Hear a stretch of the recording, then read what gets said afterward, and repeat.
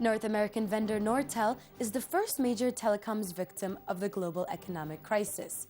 After years of struggling to correct its successes during the dot-com boom of 2000, Nortel filed for Chapter 11 bankruptcy protection on Wednesday, the day before it was due to make a $107 million interest payment. 3 years ago, Nortel hired former Motorola executive Mike Zafrowski to turn around the company after a protracted period of accounting irregularities.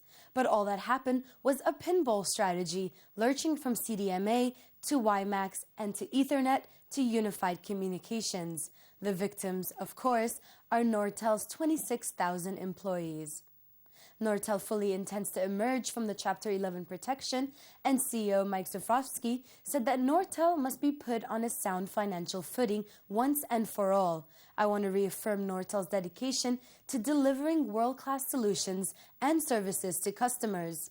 According to Bloomberg, Nortel lost almost $7 billion since the new CEO took over, and revenues have fallen since Nortel sold its WCDMA unit to Alcatel for $320 million in 2006, preferring to concentrate on the more risky WiMAX market.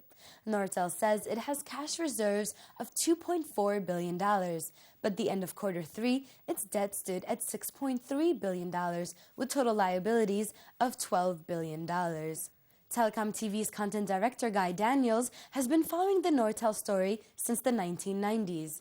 Guy, was this week's news expected?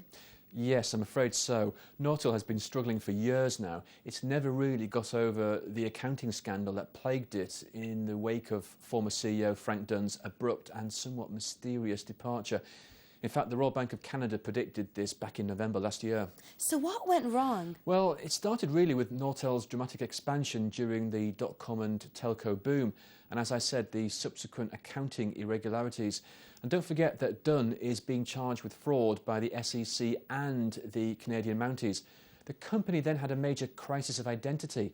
It sold off its best assets for short-term gain, and despite its size, at its peak, it had close to 100,000 employees. It never could really compete with its bigger competitors. And whilst the likes of Alcatel and Lucent merged and Siemens and Nokia Networks merged, Nortel was left to go it alone. So does Nortel have a realistic hope of getting out of this? You can bet the executive board comes out of it all right. Whether or not the company survives is another story. The market suggests it looks very, very unlikely, and a breakup and fire sale are the most likely outcome. Guy, thank you very much. Back in the dizzy heights of 2000, Nortel was Canada's biggest company. Today, its share price has hit rock bottom, and its future as an independent company is very much in doubt.